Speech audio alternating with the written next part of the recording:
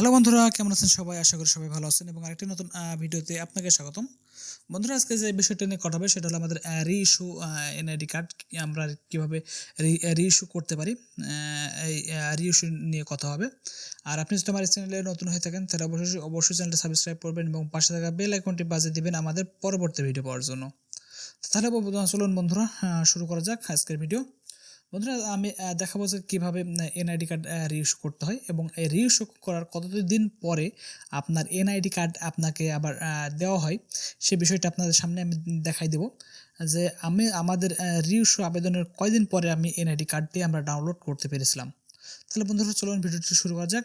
আর একটি কথা না বললে নয়, আপনি যদি আমার এই চ্যানেলে নতুন হয়ে থাকেন তাহলে অবশ্যই চ্যানেলটি সাবস্ক্রাইব করবেন এবং পাশে থাকা বেল আইকনটি বাজিয়ে দিবেন আমাদের পরবর্তী ভিডিও পাওয়ার জন্য।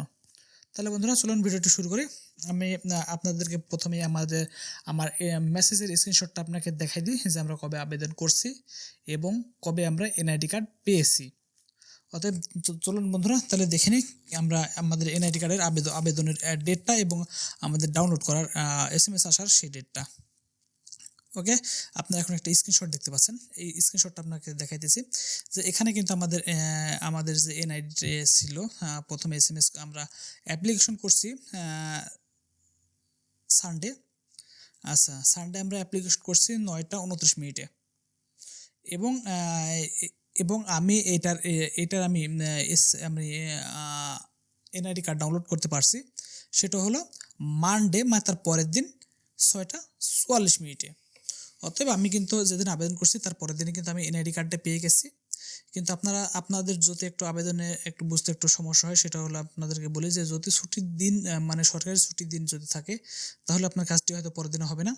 আপনাকে সেভাবে আবেদন করতে হবে যেন কোনো সরকারি ছুটি না থাকে এবং সরকারি যদি ছুটি না থাকে তাহলে কিন্তু আপনি আবেদনটি করলেই কিন্তু তার পরের দিনই কিন্তু আপনি এনআইডি কার্ডটি হাতে পেয়ে যাবেন।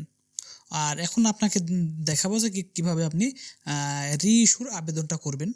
আর আরেকটা বলি যে ফেস ম্যাচিং ছাড়া যদি আপনি কোনো এনআইডি কার্ডে লগ ইন দিতে চান সেটার জন্য আমি আলাদা ভিডিও একটি ক্রিয়েট করছি, ডিসক্রিপশন বক্সে লিঙ্ক দেওয়া আছে, আপনি সেই লিঙ্কটা চেক করে নিতে পারেন।